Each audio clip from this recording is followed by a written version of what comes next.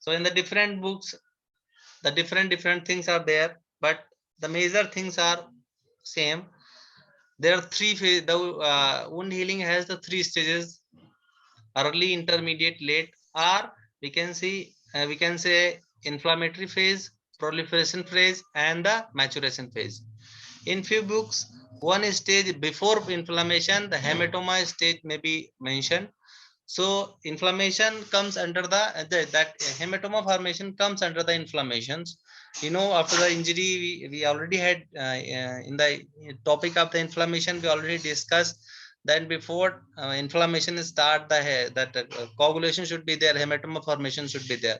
So this increase that hematoma formations stage comes under the inflammations. So there are the three stages of the wound healing: inflammatory phase, proliferatory phase, and the maturation phase.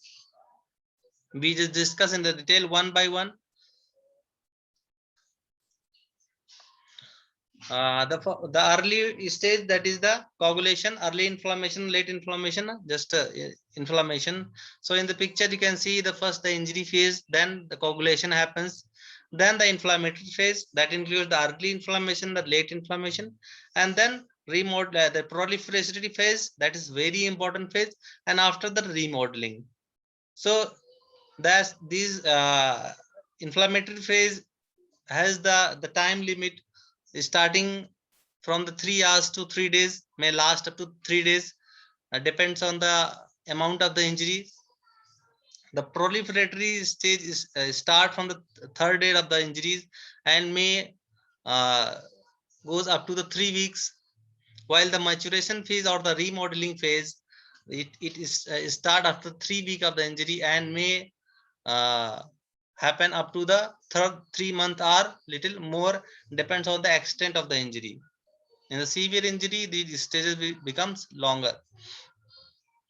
The though so we the what happens when a wound is happen, how a wound is happen when due to the blunt object or sharp object, any kind of that force which tears the over the covering epithelium or the skin, means the break in the continuity of the covering epithelium or the skin is called the wound. So what happens in the wound, the blood vessels are disrupted so that the bleeding is there, the cells are damaged, muscles, fascias, means the structures are the damages.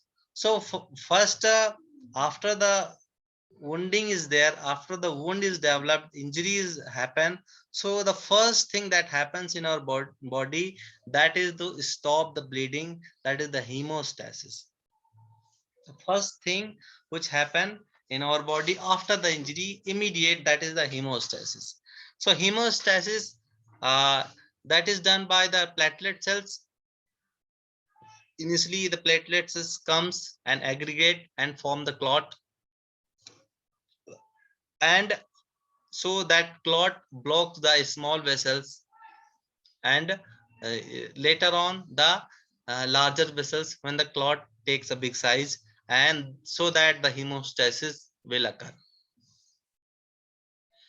Next stage come the inflammations. We already had discussed inflammation in very detail, so I'm not here going to discuss in detail, but just to give you few things, just a few reminder how it happens. So the inflammation, there are 4 stages: that erythema, edema, pain, heat, and the loss of functions. So that inflammation, what happens in inflammation immediately after the injury, first thing that happens, that vasoconstriction are is just for the few initial few minutes, depends on the injury, and after the injury is big, it happens little longer time, and after that condition is reversed and that vasodilation happens. So when the vasodilation happens, that causes the aggregations of that blood there, and aggregations of that the inflammatory cells, that triggered by the some chemicals released by the platelet cells. When the platelet cells are injured, then and when the injury happens, then platelet cells comes, and the platelets along with the that damaged tissue releases uh, some chemicals, that platelets growth factors and fibroblast growth factor, epidermal growth factors, and as well as some cytokinins. So due to release of these these chemicals, these attract the inflammatory cells, especially polymorph nucleocytes and the macrophage cells, these and the lymphocyte cells. These are the all inflammatory cells comes to that place, and that is facilitated by some the other chemical cytokinins and histamines releases in that in that part of tissue, so that it decreases the it increases the permeability of that vessels, so that so many micro inflammatory cells, lymphocytes, polymorphonucleocytes, neutrophils, lymphocytes, these all comes to that part, and start doing the macro start doing some engulf phagocytosis, so that all that dead tissue or the some, if any organism is there, any pathogens are there, so they are doing and that my phagocytosis and engulf this dead tissue and this and start the inflammatory process. So after that inflammation happens, so these inflammatory cells comes to that area, and due to the inflammations, we know that or that a type of the cleaning happen there, and so at the pain is there, so that this is the indication that person is injured, and now we should take the rest. We should do start to start the healing. We should not use that part. That part should be go into the rest. That is the indication to our body. That's why the pain and redness, swelling, these are the features occurs to the patient, so that patient know that yeah, our body part, that part is injured, and it has the inflammation. So we should take some medication or some rest to start the healing in that process.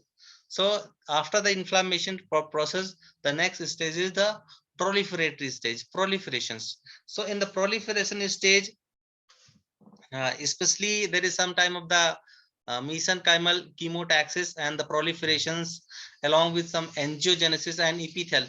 These four uh, stages are the four means sub stages are there.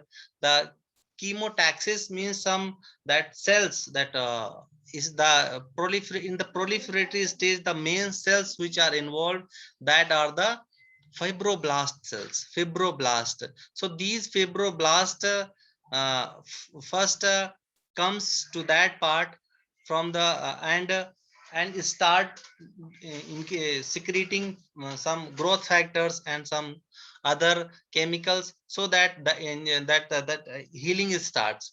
And next phenomena, that is angiogenesis.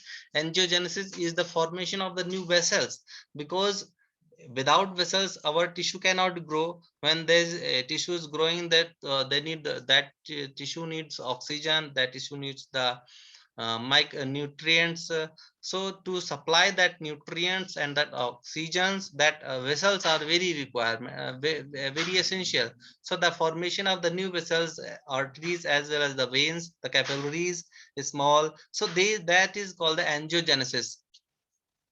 Along with the angiogenesis, some epithelialization is also, all this process starts simultaneously. So these fibroblasts are the we already discussed the major mesenchymal cells. These starts that wound healings. So these fibroblast secretes that different kind of the growth factors, platelet derived growth factors, epidermal growth factors, transforming growth factors, interleukin 1 and lymphocytes as well as. So these type of that these mesenchymal cells or these fibroblast cells start, because the phenomena happen due to that these fibroblast cells are the totipotent cells. They are not differentiated cells. So when these cells converted themselves into the according to the need, if that angiogenesis is required, so these fibroblast changes into the cells which can form these capillaries of the vessels.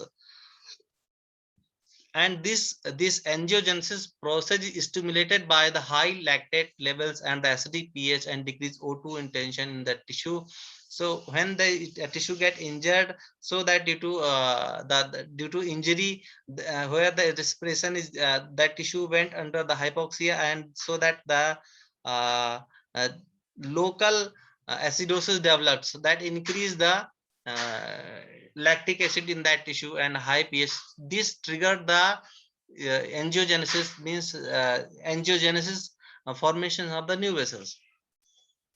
Along with this, some cytokinins and some histamines are releases in that areas, so that this endothelial cells migration and proliferation required for the angiogenesis. This growth factor is most potent angiogenetic stimulant identified. Heparin important as a cofactor, and transforming growth factor alpha, beta, prostaglandins are also stimulated. You know, this proliferation cells, it means proliferation is triggered by that tissue which was injured, and when the tissue is injured, then it releases some this we already discussed this growth factor, different type of growth factor, so that trigger this process of that angiogenesis, and as well as the epithelialization. Epithelialization is nothing, just the formation of the base of the covering other skins. When a person is lost the skin, so that epithelialization is required to again formation of that skins, or that to cover that tissue. And that's why if a person is injured and partial thickness is injured, then it is regenerate fastly, and if the complete skin is removed, that then it takes little longer times, because our cells, our skin has some skin appendages, some other things in the skin, just like that, the sweat glands, sebaceous glands, and hair follicles. These are very important. If these are also called the skin appendages, if the skin appendages are intact in any person, so that these helps in the formation of the epitheliation, and these helps in the formation of the healing, that increase the healing. So usually the epitheliations in the, if the wound is incised wound, just like in elective surgery, just a linear wound is there, and we just approximate the wound in the primary intention, so wound size is very less, the wound area of that raw area is very less, so that epitheliation is start very fastly, and epitheliation is the process which close the wound. So if in the incise wound, in the closed wound, epitheliation occurs very fastly in the 24 to 48 hours, that wound can be closed. Wound will be closed. As if the raw area is there, if the wound is not approximated, just like in the secondary intention, so in that process, the epitheliation take little longer times. So the sequence of events are cellular deattachment, migration, proliferation, differentiation. Understand, when the cells comes, that mesenchymal cells, the fibroblast cells, first they come that place, they proliferate, they proliferate the growth, they multiplied themselves, and then they differentiate, and the formation of that vessels, angiogenesis, and the formation of the new skins and that epithelial cells. Then comes to the late stage, that was the maturation phase. So in the maturation phase, the three processes are happening. First, the collagen formation, second, the wound contraction, and third, the remodeling. Collagen formation, usually that these fibroblasts are the most active cells, or all of the healing are done by these fibroblasts only. They release some chemicals, and later, in the later phase of the healing, they start formation of the collagen formation. They synthesize the collagen formations. So usually our tissue, our healthy tissue, has the type 1 collagen. In 90% collagen in present our tissue is a type 3 collagen. But when the healing start, then that initially what collagen is synthesized, that is basically type 3 collagen. So initially, when the injury was happen, So that initial framework was for that healing start, that hematoma. After then that initial framework of the healing is formed by the fibrin, that released by the fibrinogen. Now this, when the collagen is formed, so that fibrin is converted into the collagen. That fibrin is that collagen, the fibrin is replaced by this formation of the type 3 collagens. That is from the initial matrix and initial framework of the scar tissue, of the healed tissue. And after the 4-week synthesis decline, means initially that collagen formation occurs very rapidly, and as the wound is healed, so as the time passes, that formation of the collagen is decreased to avoid excessive scar formations. These all process should be under controlled. There are so many factors which disturb that collagen formation, that age, the tension over the tissue, pressure over the scar, the pressure over the wound. There's some stress. This we discussed the later, that some factors are there which affect the wound healing, so that affect the collagen formation. So if any factor is affecting the collagen formation, then that factor will be disturb the wound healing. So the 19 types of that these collagens are identified, but we already had discussed the 80 to 90% are type 1. But initially the what are synthesized, that is type 3. So in early phase type 3 is synthesized, and in the later phase type 3 is converted into the type 1 in the remodeling phase. Then wound contractions, we see the wound has the large area as the collagen formation is happen, then fibrin is replaced by the collagen. So these collagen formation of these due to this formation of these collagens, that the wound start contracting towards central, from periphery towards the central. That's why if any person has the square wounds, so that will heal the contract very fastly rather than an oval wound. Wound edge more The wound edges move towards the each other at an average rate of 0.6 to 0.75 millimeters per day. If a wound is healing very healthy, in healthy conditions. Wound contraction depends on the laxity of the tissue. If the tissue is relaxed, suppose a wound is happening occurs on the on the abdomen, so there is no extra tension is there, no excessive stress on that area, so that wound will contract very fastly. In contrary, if any wound is present on the any joints, so when the joint, if any wound present of joints, so due to the movement, that excessive pressure is occurs on that wound, that disturb the contraction, so that wound is not contract properly. That wound shape, we already discussed, wound shape is also a factor. If wound is having square, that so that it usually the both two edges are contract to each other side. So if in the square you see the four uh, margins are, four edges are there, they contract each other towards each other, so wound contract very fastly, rather than in a circular where there is no different no designated margins are the edges are there. So in the circular wound usually contract slowly.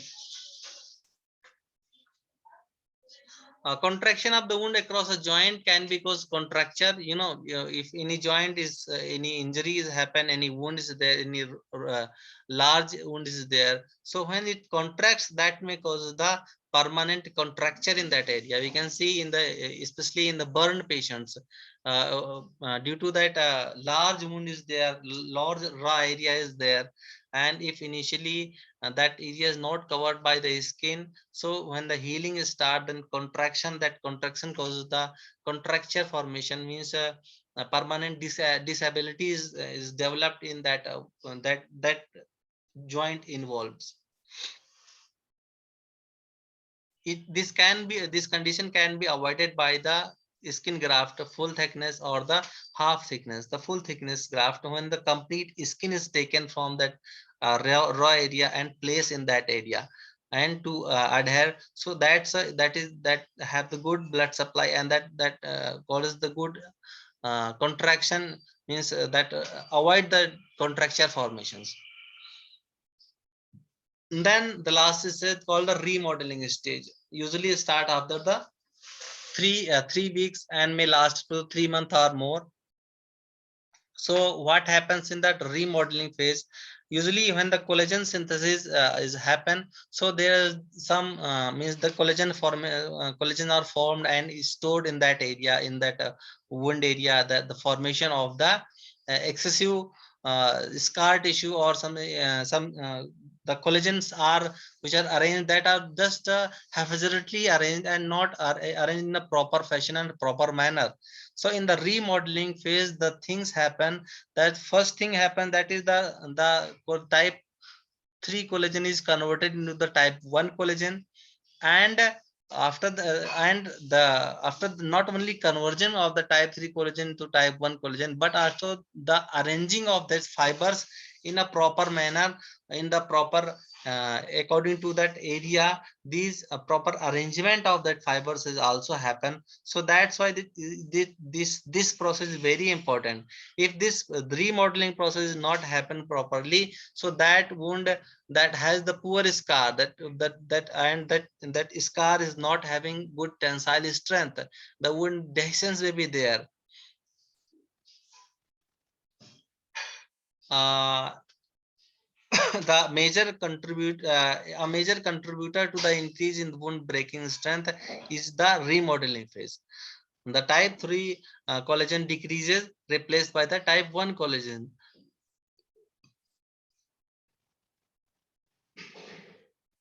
Now there are few factors which affect the wound healing. So we discuss in two separate. First, the local factors, and second, the systemic factors which are affecting the wound healing. First, local factor, the site of wound is very important. You cannot avoid these things, but you have to keep in mind that the prognosis of the wound healing depends on the site of wound. If any wound is present in a joint area, that will take a long time the healing.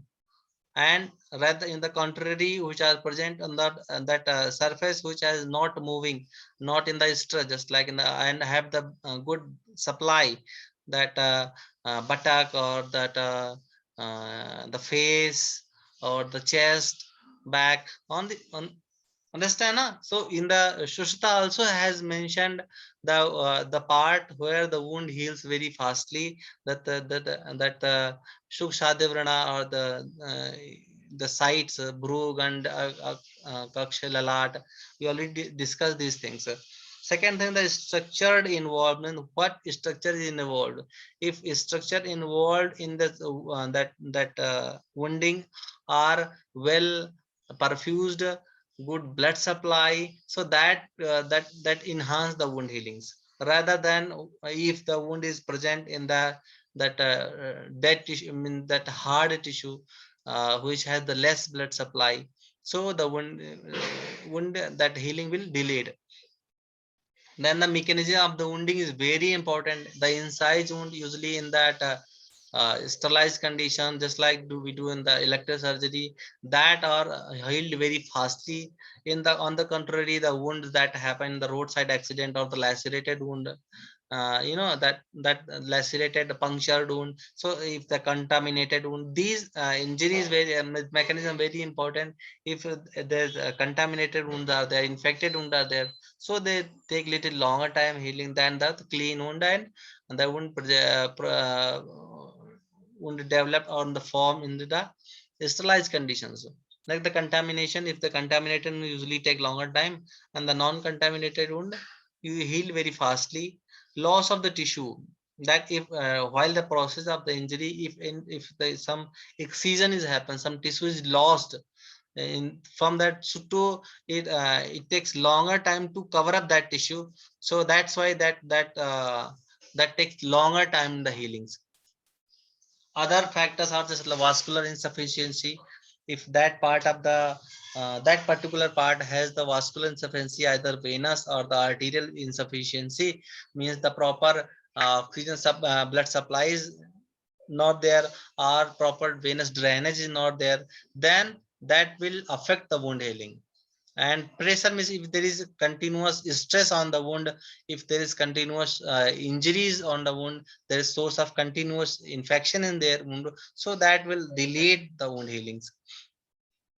Some systemic factors, just like patient, if patient is malnourished, patient is not getting proper nutrition, so that will affect the wound healing. In cancer, again, old age, in the old age, some other systemic conditions just like the diabetes, so impaired neutrophils, chemotaxis, and phagocytosis not happen properly because the increase the hyperglycemic conditions, so that that provide a favorable environment to grow that microorganism, to grow the pathogens. So that's why these systemic conditions also affect the wound healings.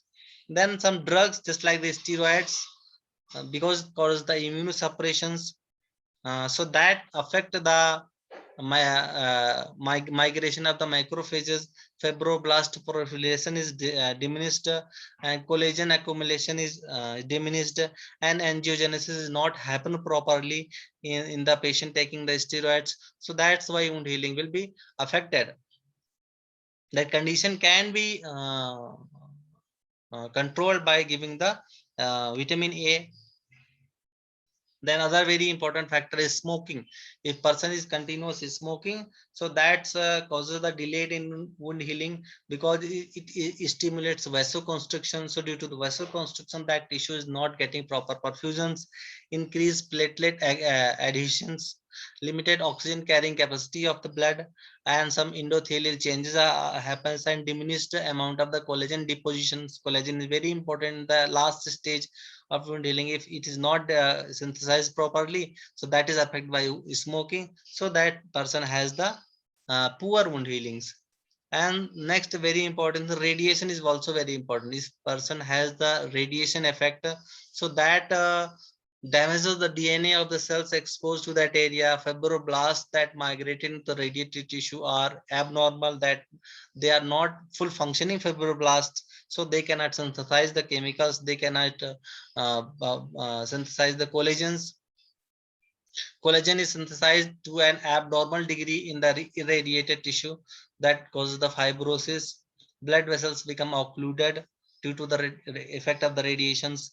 Damaged hair and sweat glands, means skin appendages are damaged, so that will affect the epithelial lesions. That condition also can be some up to some degree can be helped with the giving the vitamin A. So these are the some factors which are providing hindrance in the wound healing. So as a surgeon, we should try to avoid these conditions if possible,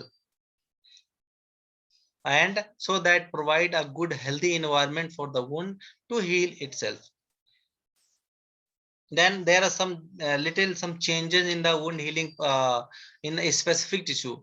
The major things are there, just like in the bone. So in the bones, when we talk the bone healing, so in the place of the fibroblast, there osteoblast cells are there. Osteoblast cells are the major factor which are present in the wound healings. In the nerves, similarly, some these tissue which are trying to regenerate the end part of the, which where the nerve is damaged, and end part little bit regeneration. Good regeneration is not occurs in the nerves.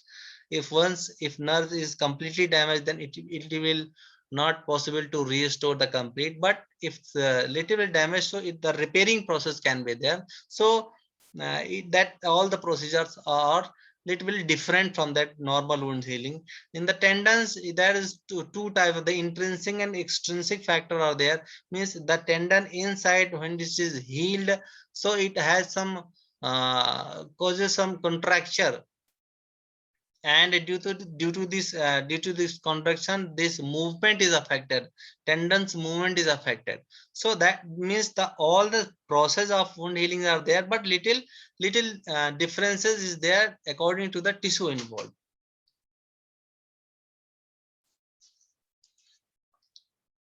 Then acute, what are the procedure that involve the acute management of the wounds?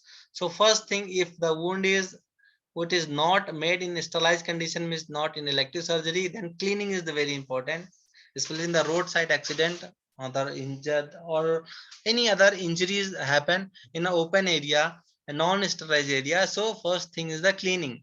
We should clean the wound. Second, the exploration and diagnosis, means we have to explore that patient completely and try to find out the other injury in the other body parts. Some suppose a patient get injured and some large wound is the chest is there, then in that area you may not you may ignore the injury present, stab injury present in the back, because your main focus over the chest area. That's why before uh, after the taking the patient, you should complete explore the patient and complete check the whole body for the any other injuries except the major injuries. And then we have to the debridement. If any dead tissue is there and some tissue which are devitalized, then you have to remove complete that tissue by the mechanical or the surgical debridements. Then repair the structure. If you suppose if these the some organs are involved which are injured and repairing is possible, then you have to restore or the repairing the process. Just like if tendon is ruptured, so you have to repair the tendon. If the bone is fractured, then you have to repair the bone to bone joints. So you have to repair the structures. The next process, the replacement of the lost tissue, if indicated. Mean if a tissue is it is possible to replace any lost tissue, then you have to replace. Just like if any wound is large area is there and you need to the skin graft, so in that time you have to do the skin graft. Then skin over the, if recover if required, if large area is open and covering is required, then you have to take skin graft from other body sites and to cover that if it is required. Then skin closure, very important line, skin closure without tensions. When you close the wound, suppose these are the margins of the wound and you are going to close the wound, so when you closing the wound with a suture, that suture must not be in tension, means that should not be very tight. That suture should be just trying to approximate the wound margins. And last and most important thing, all of the above procedures should be done very carefully and tissue handled very uh, carefully. We should not damage the tissue while doing in the process of the repairing.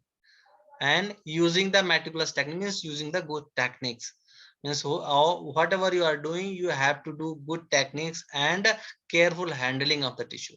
So this is the very important to do all these procedures while the managing a acute wound. So here we have discussed the wound process of the wound healing and the acute wound management.